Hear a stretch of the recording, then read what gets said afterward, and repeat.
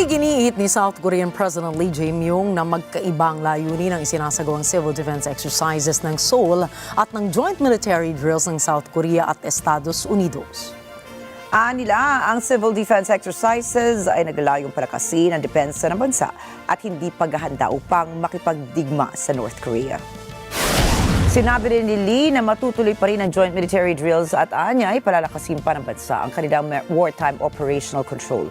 Ito ay matapos ipag-utos ni US President Donald Trump sa Pentagon na bawasan ang naturang military exercises. Pinabibilis din ito ang pagsasagawa ng nuclear-powered submarine program ng bansa.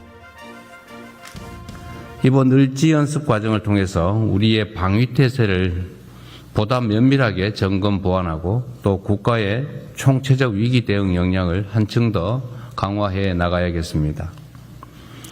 강한 국방은 국민의 삶을 지키고 대체 불가 대한민국을 실현하기 위한 가장 기본적인 토대입니다.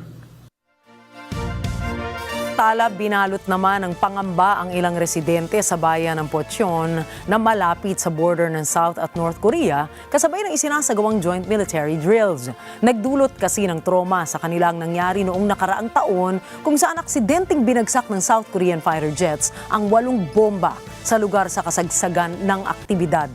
Sugatan ng 15 katao sa insidente at napinsala naman ang ilang kabahayan at gusali sa lugar. Nanawagan ang mga ito sa otoridad ng pinaigting na pag-iingat sa kasagsagan ng military training.